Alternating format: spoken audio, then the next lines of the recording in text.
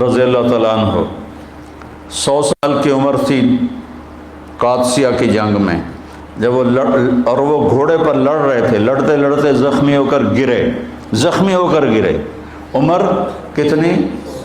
100 سال، زخمی ہو کر گرے۔ ایک ایرانی کا گھوڑا قریب سے گزرا تو اس کی دم پکڑ لی، اور اس کو جو پکڑ کے کھینچا، ایرانی نے سارا زور لگایا کہ گھوڑے کو میں نکال لوں، وہ گھوڑا نہیں چھڑا سکا، آخر وہ گھوڑا چھوڑ کے بھاگ گیا، اور انہوں نے اس کو یوں پیچھے کھینچا اور کھڑے ہو کر چھلانگ لگا کے اس کے اوپر چڑھ کے پھر لڑنا شروع کر دیا۔ 110 سال کی عمر میں نہاوند کی جنگ میں شہید ہوئے۔ رجال دیکھے ہیں اس زمین و آسمان میں، رجال لا تلہیہم تجارت ولا بیع عن ذکر اللہ واقام الصلاۃ وایتاء الزکاۃ یخافون یوما تتقلب فیہ القلوب والابصار من المؤمنین رجال صدقوا ما عاہدوا اللہ علیہ فمنہم من قضى نحبہ ومنہم من ینتظر وما بدلوا تبدیلا۔ اس دل کو اللہ کے لیے صاف کرنا سیکھو، اس دل کو اللہ کے لیے پاک کرنا سیکھو، اور اس کی صفائی میں سب سے بڑی چیز ہے کہ اس کو بغض سے پاک کرو، اس کو نفرت سے پاک کرو، اس کو حسد سے پاک کرو، اس کو دنیا کی حرص و ہوس سے پاک کرو، اس کو بڑا بننے کی ہوس سے پاک کرو۔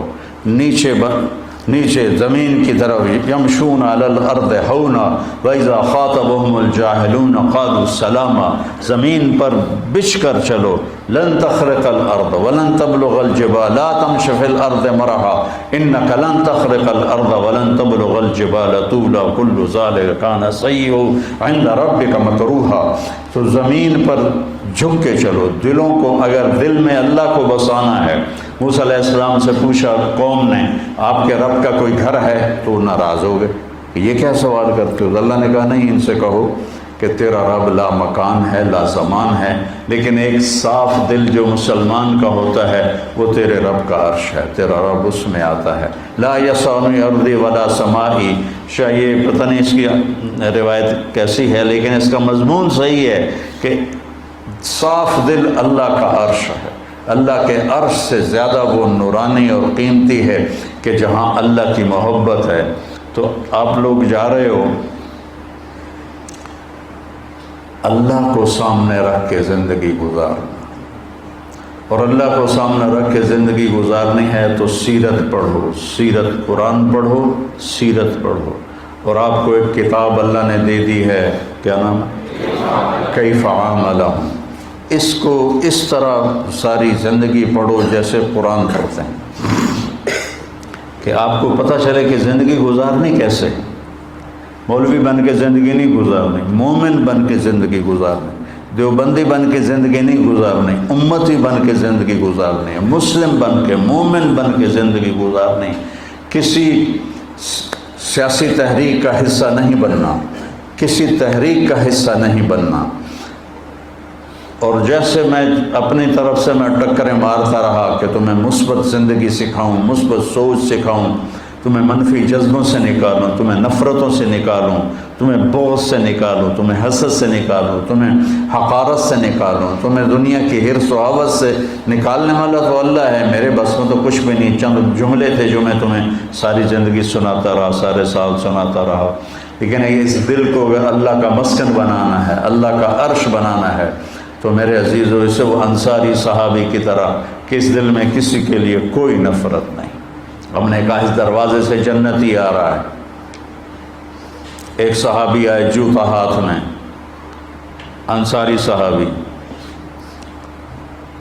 اگلے دن آپ نے کہا اس دروازے سے جنتی آ رہا ہے، وہی انصاری صحابی جوتا ہاتھ میں، تیسرے دن آپ نے کہا جنتی آ رہا ہے، وہی صحابی جوتا ہاتھ میں۔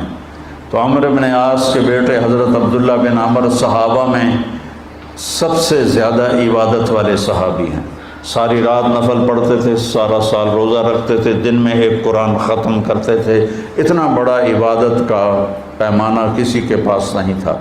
ان کو خیال آیا کہ یہ مجھ سے زیادہ بندگی کرتا ہے، جو اس کو 3 دن مسلسل جنت کی بشارت ملی اور مجھے نہیں ملی۔ ان کو دیکھنے چلے گئے، چاچا باپ ناراض ہے، آپ کے پاس کچھ دن گزار لوں؟ کہاں بیٹا ضرور گزارو۔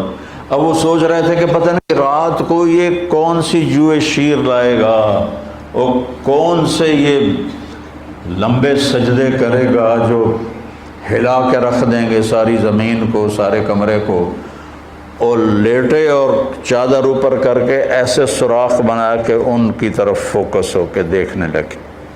وہ تشریف لائے اور بسم اللہم بسم کا اموت و احیا کر کے بسم اللہ دے برکت نال ساری رات سوتے رہے۔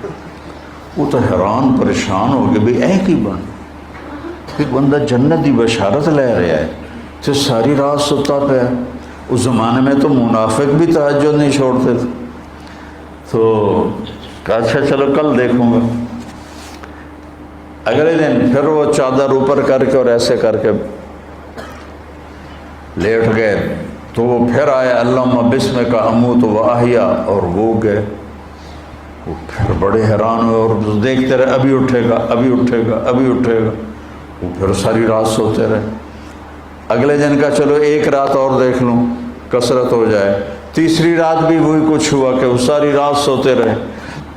تو پھر وہ پریشان ہو کر انہوں نے ان سے بات کی کہ چاچا میری باپ سے لڑائی نہیں تھی، میں نے 3 دن تیرے لیے جنت کی بشارت سنی، میں دیکھنے آیا تھا کہ آپ کیا کرتے ہیں۔ تو تسی تو ویلے بانڈے ہو، ایک ہی بنی، ادھر تو کچھ بھی نہیں، ساری رات سوتے رہتے ہو اور صبح فجر کی نماز پہ اٹھتے ہو، یہ کیا چکر ہے؟ کہ بیٹا یہی ہے جو کچھ تم دیکھ رہے ہو۔ تو وہ بڑے بوجھل قدموں سے واپس چلے، تو کہنے کہ بیٹا ادھر آؤ، بھتیجے ادھر آؤ۔ جب وہ آئے تو کہنے کہ اب تمہیں اصل بات بتاتا ہوں، یہ دل پہ ہاتھ رکھ کر کا اس دل میں کسی کے لیے نفرت نہیں، اور جب اللہ کسی کو کوئی عزت دیتا ہے، رزق دیتا ہے، مجھے خوشی ہوتی ہے، مجھے حسد نہیں ہوتی۔ تو بیٹا اپنے دلوں کو اس انصاری صحابی جیسا بنانے کے لیے لڑتے رہنا لڑتے رہنا لڑتے رہنا۔ یہ ایسے نہیں ہے کہ میری 5-6 سال کی باتوں سے تمہارا دل ایسے ہو جائے گا۔ یہ مشکل ترین سبق ہے جو سارے جواہر الادب کی بلاغت سے بھی مشکل سبق ہے، کہ دل کو صاف رکھنا، دل کو صاف رکھنا، امتی بن کے چلنا، کسی فرقے کے ترجمان نہ بننا ساری زندگی۔ دیکھو ہم اہل السنت والجماعت ہیں، ابو حنیفہ رحمہ اللہ کی ترجیح کے فتاویٰ کو ہم ترجیح دیتے ہیں، باقی سب کو عزت کرتے ہیں، سب کے لیے ہم باہیں کھلی رکھتے ہیں، ہم ہی ہیں اور کوئی نہیں۔ یہ ذہن نہ بنانا اپنا۔ تعصب فی المذہب، جتنا آزادی مذہب نقصان دہ ہے اتنا ہی تعصب فی المذہب نقصان دہ ہے۔ تو اپنے آپ کو امتی بنا کے چلنا، اپنے آپ کو اپنے نبی کا نائب بنا کے چلنا۔ تم انبیاء کے وارث ہو، اللہ نے تمہیں وارث بنایا، تمہاری یہ عمر ہے، ہم تو ڈھل گئے، قبر قریب ہے، دنیا دور ہے، آخرت قریب ہے۔ اللہ آپ کو لمبی زندگی دے، آپ میرا سرمایہ ہو، میرا ذخیرہ ہو۔ اگر آپ صحیح چلو گے تو میرے لیے پروفٹ ہے، میرے لیے نفع ہے، میرے لیے بہت بڑی عزت کی بات ہے۔ اگر آپ ادھر ادھر ہو گئے تو میرا ہی نقصان ہے، میرا ہی گھاٹا ہے۔